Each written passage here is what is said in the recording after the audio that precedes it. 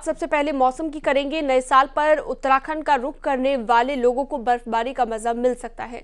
मौसम विभाग के मुताबिक आज और कल बर्फबारी के आसार हैं और न्यू ईयर से ठीक पहले पर्यटकों को बर्फबारी का दीदार हो सकता है। आज प्रदेश में पश्चिमी विक्षोभ का असर दिखेगा। पश्चिमी विक्षोभ का असर दरअसल दिखने वाला है, जिसके चलते मौसम विज्ञान केंद्र का पूर्वानुमान है कि 3200 मीटर से ऊपर के इलाकों में बर्फबारी देखने को मिल सकती है।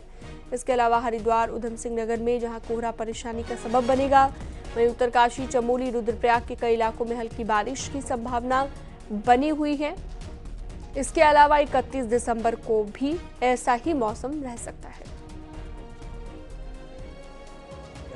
तो जिसके चलते जो हायर रीचेज हैं उत्तराखंड के, विशेषकर जो उत्तरकाशी, चमोली, पिथौरागढ़ जनपदों के हैं, तो वहाँ पर कहीं कहीं हल्की से बहुत हल्की वर्षा की संभावना है। ऐसी 3200 मीटर या उससे अधिक ऊंचाई पे बर्फ़बारी मिल सकती है। और उसके बाद की बात करें तो उसके बाद भी जो है उत्तराखंड में मौसम साफ रहेगा। पिथौरागढ़ में चाइना बॉर्डर को जोड़ने वाली लिपुलेख रोड में एक जीप हादसे में 2 लोगों की मौत हो गई। बताया जा रहा है कि गर्भाधार के पास बोलेरो जीप करीब 400 फीट गहरी खाई में जा गिरी, जिस कारण जीप में सवार 2 लोगों की मौके पर मौत हो गई। गहरी खाई से शवों को रेस्क्यू करने में प्रशासन को खासी मशक्कत करनी पड़ी। लिपुलेख रोड खराब होने के चलते आए दिन हादसे हो रहे हैं।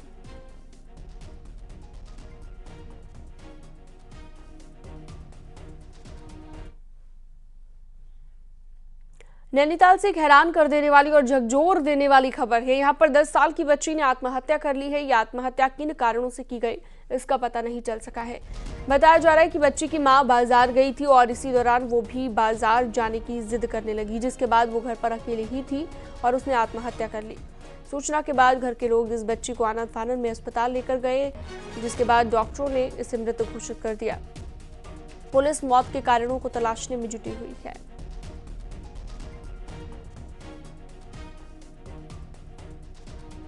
डेड बॉडी का मुआयना किया गया है, जांच जारी है। पोस्टमार्टम मल्लीताल के द्वारा भरा जा रहा है और उसके पिताजी ने बताया कि लड़की की उम्र 10 वर्ष थी, जनवरी में 11 वर्ष की होने वाली थी। कारणों की जांच की जा रही है। जैसा भी कार्रवाई प्रकाश में आती है, नियमानुसार कार्रवाई की जाएगी।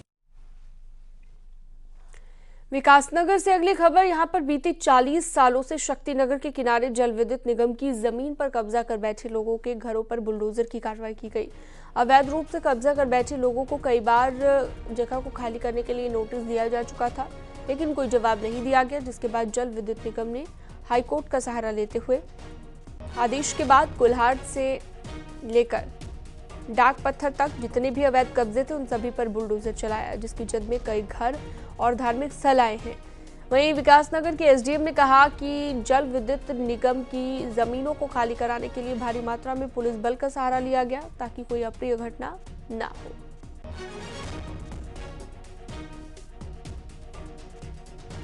चिन्हित किए गए थे, पहले से ही चिन्हित थे, उनको पहले से ही नोटिस दिए जा चुके थे। क्योंकि काफ़ी समय व्यतीत हो गया था और उसमें कई सारे प्रोजेक्ट हमारे चल रहे हैं और ये हमारी ये है कि प्राथमिकता बने कि किसी भी प्रकार कोई अतिक्रमण ना रहे, इसी क्रम में ये अतिक्रमण हटाया जाए। हल्द्वानी में सिंधी चौराहे से लेकर रोडवेज स्टेशन तक लगने वाला जाम लोगों को हर दिन परेशान करता है, लेकिन अब इस जाम को कम करने के लिए प्रशासन ने बड़ा फैसला लिया है। अब सिंधी चौराहे से लेकर रोडवेज स्टेशन तक अतिक्रमण हटेगा, जिसकी शुरुआत शुक्रवार से हो गई है, जब नगर निगम की टीम ने कच्चे कब्जों को हटा दिया, जबकि पक्के निर्माण कर बैठे लोगों को नोटिस जारी कर दिए गए हैं। नहीं, देखिए, आप यहाँ पर देख पा रहे होंगे जो अस्थायी प्रकृति के अतिक्रमण हैं उनको तत्काल हम खाली करा रहे हैं और जो पक्की प्रकृति के हैं उसमें हम चिन्हित कर रहे हैं, उनको शाम तक हम नोटिस दे देंगे। देखिए, शहर के चौराहे जितने भी हैं सौंदर्यीकरण का चल रहा है, जिसमें कि सिंधी चौक का सौंदर्यीकरण का अभियान उसका सौंदर्यीकरण होना है। इसके क्रम में आज यहाँ पर नगर निगम, पीडब्ल्यूडी इनके द्वारा जो चिन्हित किया जा रहा है कि कितना मानकों में हमारे पास रोड आ रही है, जिसमें 12-12 मीटर पे इन्होंने अभी ये निशान लगाने का यहाँ कर रहे हैं। जो अस्थायी प्रकार का अतिक्रमण है उसे तत्काल हटाया जा रहा है। उत्तराखंड के मुख्यमंत्री पुष्कर सिंह धामी शुक्रवार को यूपी की मथुरा पहुंचे। यहां पर उन्होंने सप्तकोशी परिक्रमा कर बांके बिहारी की पूजा की। 2 दिवसीय प्रवास पर मथुरा पहुंचे सीएम धामी भगवान कृष्ण की क्रीड़ा स्थली गोवर्धन धाम भी गए और यहां पर दान घाटी मंदिर में गिरिराज महाराज के दर्शन कर देश प्रदेश की खुशहाली की कामना की। इसके बाद पार्टी पदाधिकारियों से मुलाकात की। उत्तराखंड के मुख्यमंत्री पुष्कर सिंह धामी ने प्रधानमंत्री नरेंद्र मोदी और यूपी के सीएम योगी आदित्यनाथ की तारीफ की। कहा कि इनके नेतृत्व में देश और उत्तर प्रदेश विकास की नई गाथा लिख रहा है।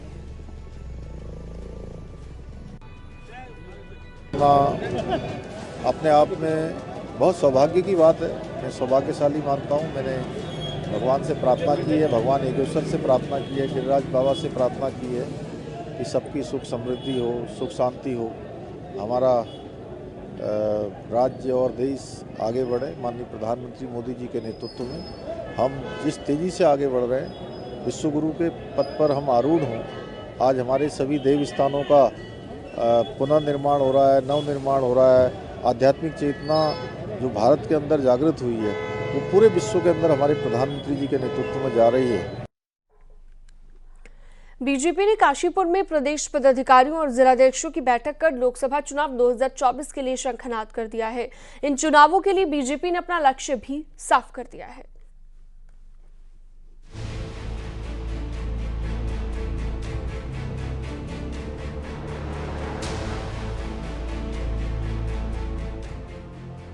काशीपुर में प्रदेश पदाधिकारियों और जिलाध्यक्षों की मीटिंग से पहले विस्तारकों की 2 दिवसीय बैठक की गई, जिसमें उन्हें दिशा निर्देश दिए गए।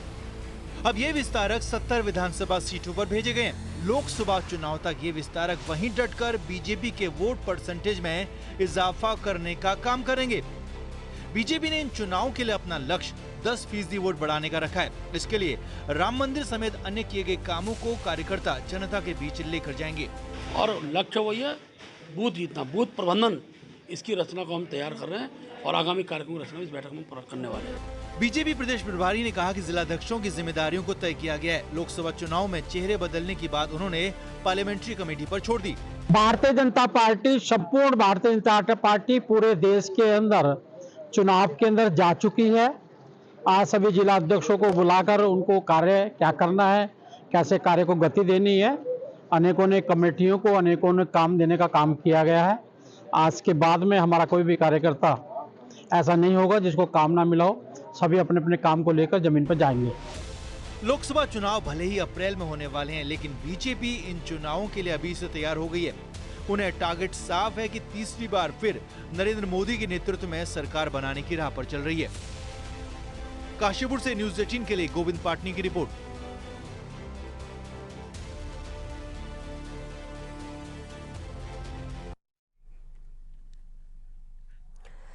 पूरा देश इन दिनों राममय है। घर घर में जहां अयोध्या जाने का निमंत्रण दिया जा रहा है, वहीं उत्तराखंड में गोरखाली समुदाय के लोग चाहते हैं कि वो अयोध्या में प्रभु श्री राम का ससुराल पक्ष के तौर पर स्वागत करें।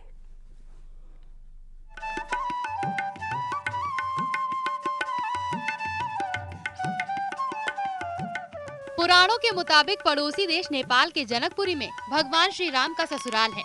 माँ सीता का घर होने के नाते जनकपुरी से भगवान श्री राम का भी विशेष लगाव माना गया है। ऐसे में नेपाल से उत्तराखंड में आकर सालों से बसे गोरखाली समुदाय के लोग चाहते हैं कि वो प्रभु श्री राम के अयोध्या राम मंदिर के 22 जनवरी के कार्यक्रम में सहभाग करें।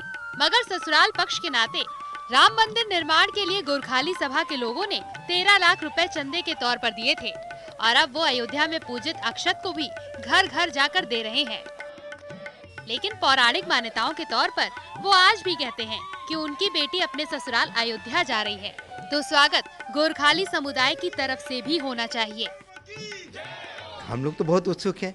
श्री राम तो हमारा आराध्य देव हैं, उनका हम इस्तेमाल करेंगे। सबके, चाहे नेपाल के लोग हैं, नेपाल के लोग आएंगे। हमारे लिए जनकपुर जाना, अयोध्या जाना, पशुपतिनाथ जाना, जगन्नाथ जाना, बद्रीनाथ जाना, केदारनाथ जाना एक ही है सबके लिए। हम इसको विभिन्नता नहीं मानते। इसको लेकर गोरखाली सुधार सभा सरकार से भी बातचीत करने की बात कह रहा है। वो चाहता है कि देहरादून से गोरखाली समुदाय का एक प्रतिनिधि मंडल वहां स्वागत में रहे। नहीं, मैं ये कहना चाह रहा हूँ कि मैं उत्तराखंड सरकार से बहुत तहे दिल से गुजारिश करना चाहता हूँ कि हमारे समाज, अभी देखो इसमें एक तो दिल से लगाव होता है कि हमें वहाँ रामलला के दर्शन के लिए जाना है, साथ साथ में हम चाहते हैं कि सरकार ऐसी व्यवस्था मिलाए जिससे कि अभी आने वाले समय में हम भी वहाँ जाके अपनी श्रद्धा सुमन अर्पित करें। नेपाल और भारत का रिश्ता बेटी और बुआरी का माना जाता है। ऐसे में जब अयोध्या में भव्य कार्यक्रम हो रहा है तो नेपाल से भारत में आकर बसे गोरखाली समुदाय के लोग राम मंदिर के कार्यक्रम में ससुराल पक्ष के नाते जाना चाहते हैं। न्यूज़ 18 के लिए देहरादून से भारती सकलानी की रिपोर्ट।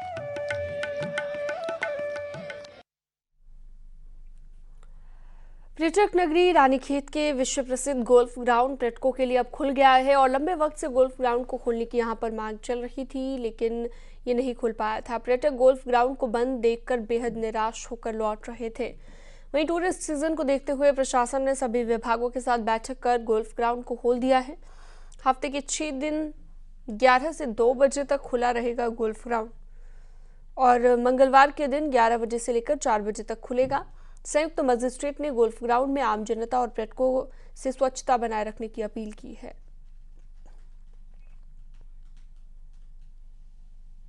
गोल्फ ग्राउंड को खोल दिया गया है, पर कुछ ही घंटों के लिए खोला गया है, तो वो 6 दिन के लिए 11 से 2 बजे के बीच में खुला रहेगा और सिर्फ मंगलवार के दिन 11 से 4 खुला रहेगा। कुछ शर्तें रखी हैं हमने उसको खोलने के लिए, क्योंकि गोल्फ ग्राउंड में गंदगी बहुत हो जाती है जब टूरिस्ट आते हैं ज़्यादा और वो ध्यान नहीं रखते हैं।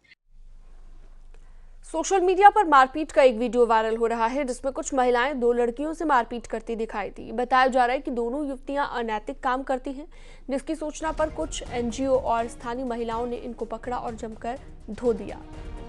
ये वीडियो 2 से 3 दिन पुराना बताया जा रहा है। ये बताया जा रहा है कि ये घटना देहरादून के राजपुर क्षेत्र इलाके में स्थित सहस्त्रधारा हेलीपैड के पास की है।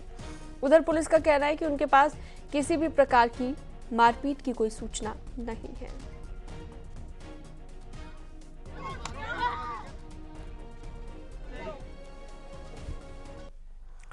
सोशल मीडिया पर आपका कौन सा वीडियो आपके ही गले की फांस बन जाए, कह नहीं सकते। देहरादून मसूरी की सड़कों में हथियार लहराते हुए एक लड़की का वीडियो इतना सुर्खियों में है कि 3 साल बाद लड़की और उसके परिवार की आफत गले तक आ गई है।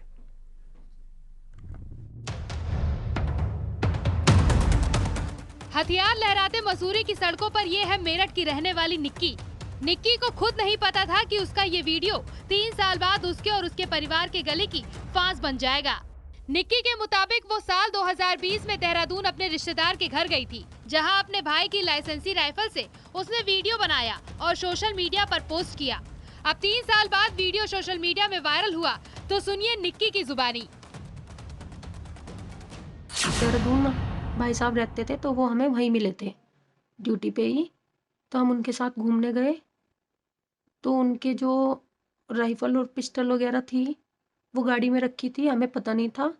उस समय हम बच्चे थे, इतनी जानकारी नहीं थी, तो हमने उनको उठाकर वीडियो और फोटोज़ खिंचवा लिए, जिसमें हमारी गलती है, हमें ऐसा नहीं करना चाहिए था। असल में निक्की के रिश्ते का भाई देहरादून के वसंत विहार में व्यापारी कुंदर जावेद के यहाँ प्राइवेट गार्ड की नौकरी करता था, जिससे मिलने वो 2020 में दिल्ली से देहरादून आई। अनिल कुमार नाम का ये शख्स एक्स सर्विसमैन है और अपनी 315 बोर की राइफल को सिक्योरिटी गार्ड की नौकरी के तौर पर इस्तेमाल करता है। उसने अपनी राइफल को मॉडिफाई कराकर ऑटोमेटिक शॉटगन के तौर पर इस्तेमाल किया। पुलिस का कहना है कि अब मेरठ एक टीम भेजी जाएगी और लाइसेंसी अथॉरिटी से लाइसेंस की डिटेल से लेकर उसके मॉडिफाई कराने की डिटेल से लेकर अब तक हुए इस्तेमाल का भी पता लगाएगी। देखो हमारी भी गलती, देखो फौजी आदमी, लाइसेंस भी था, सब कुछ था, कोई ऐसी राइफल नहीं। 315 है, अपने जो नॉर्मल अपने गांव में 315 रखते हैं वो ही है। ये बस इन पर कवर लग कर जो आज के टाइम पे दे रहे हैं अलग से, ये मॉडिफाई करके दे रहे हैं, बस वही सब लोगों के हाथ में है जो भी है। बाकी इसमें वायरल का उसका बच्चों की गलती, बच्चे नादान थे, छोटे थे, उसमें हमारी गलती है, उनकी भी गलती है। बाकी आप जैसे बोल लो उसके लिए मैं कागज बोल लो, कागज लेके आ जाऊँगा जैसे आप बोल लोगे। वैसे ये कोई पहला मामला नहीं है जब हथियारों का वीडियो इस तरह से प्रदेश की सड़कों में दिखा हो। Social media influencer Bobby Kataria का भी ऐसा ही वीडियो खूब सुर्खियों में था। लेकिन इस मामले में सवाल कई हैं। 2020 में जब लॉकडाउन था तब कैसे दिल्ली से देहरादून घूमने आई ये लड़की खुलेआम ऐसे वीडियो बना देती है। दूसरा, राइफल को मॉडिफाई कराकर उसका बेजा इस्तेमाल। क्या इसको हल्के में लेना सही है? न्यूज़ 18 के लिए देहरादून से भारती सकलानी की रिपोर्ट।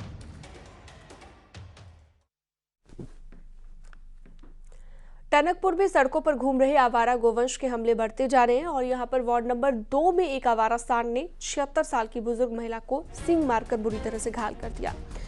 घायल हालत में महिला को उप जिला अस्पताल में भर्ती कराया गया, जहां पर महिला को 14 टांके लगाए गए हैं और अब भी महिला की हालत गंभीर है।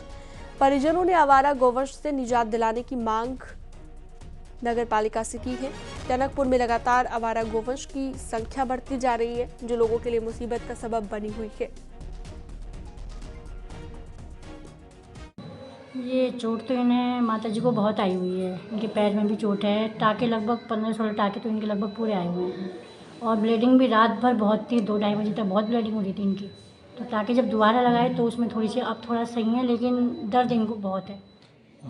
जिला प्रशासन और स्थानीय निकाय द्वारा इस संबंध में लगातार कार्रवाई करी जा रही है। विगत 2 महीने में हम लोगों ने 90 से अधिक आवारा पशुओं को गौशाला और उनके बाड़ों में भेजा है।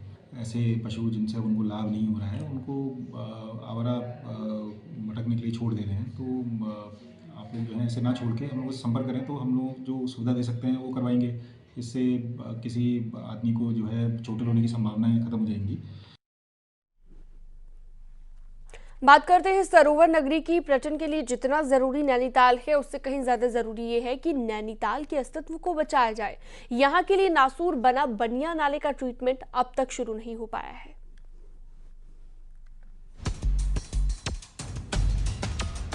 सरकार से पैसा स्वीकृत होने के बाद भी नैनीताल के इस बलिया नाले का ट्रीटमेंट शुरू नहीं हो सका है।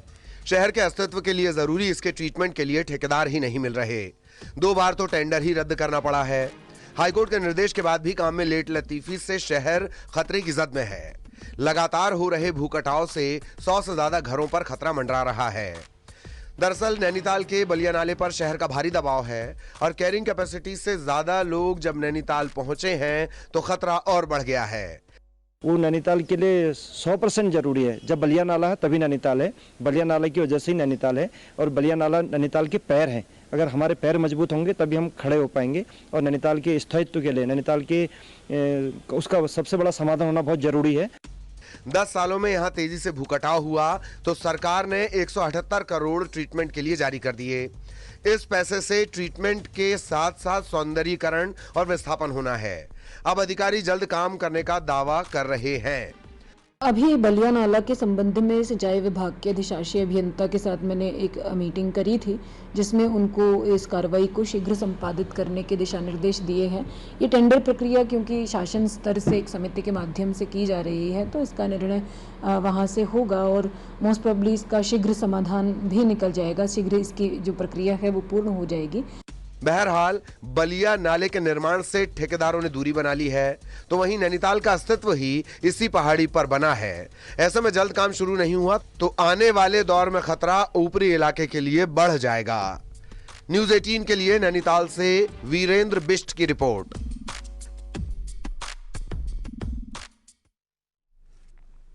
15 दिसंबर को हल्द्वानी के बाल संरक्षण गृह में रह रही एक नाबालिग लड़की के दुष्कर्म के आरोप जांच में गलत पाए गए हैं। पुलिस की जांच में लड़की द्वारा लगाए गए सभी आरोप झूठे पाए गए हैं, जिसके बाद बाल विकास मंत्री रेखा आर्या ने दोनों सस्पेंड महिला कर्मचारियों की बहाली के आदेश दिए हैं। आपको बता दें कि लड़की ने 2 महिला कर्मचारियों पर यह आरोप लगाया था कि उसे बाहर ले जाकर दुष्कर्म करवाते हैं।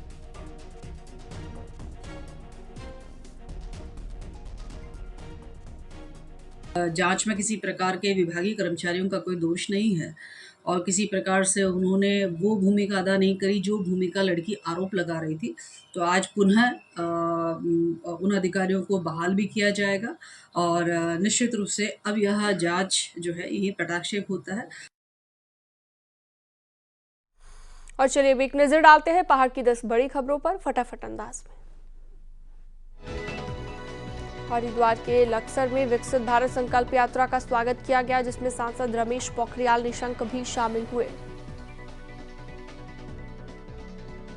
कोटद्वार में मेडिकल स्टोर्स पूरी तरह से बंद रखे। 8 मेडिकल दुकानों पर हुई कार्रवाई के बाद विरोध में स्टोर्स को बंद रखा गया। विकासनगर में शाही समाल्टा रोड पर एक शव मिला। मृतक की पहचान 19 साल के हिमाचल के युवक के रूप में हुई।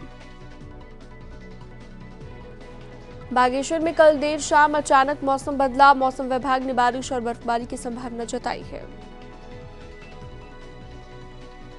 नैनीताल जिले में खनन गेटों पर नियमों के विरुद्ध हो रही तौल पर हाईकोर्ट याचिका पहुंची है। हाईकोर्ट ने सरकार को 1 हफ्ते में पूरे मामले पर स्थिति साफ करने को कहा। नए साल के जश्न के लिए बागेश्वर में भी बड़ी संख्या में पर्यटक पहुंच रहे हैं, जिनके लिए होटल होमस्टे संचालकों की तैयारी है। उत्तरकाशी के मुकबा में मां गंगा के शीतकालीन प्रवास पर शंकराचार्य अभिमुक्तेश्वरानंद पहुंचे, जहां पर तीर्थ पुरोहितों और ग्रामीणों ने उनका स्वागत किया। अल्मोड़ा में विकसित भारत संकल्प यात्रा के तहत गांधी पार्क में कई विभागों द्वारा स्टॉल लगाए गए। सरकार की 17 योजनाओं की जानकारी दी गई। रुद्रप्रयाग में समय से बारिश न होने के चलते इन दिनों पहाड़ों पर कड़ाके की ठंड पड़ रही है। ऊंचाई वाले इलाकों में बर्फबारी और शीतलहर का प्रकोप। टिहरी में अक्षत वितरण कलश शोभा यात्रा निकाली गई, जिसमें विश्व हिंदू परिषद, बजरंग दल, हिंदू संगठनों के साथ ही स्कूली बच्चों ने हिस्सा लिया।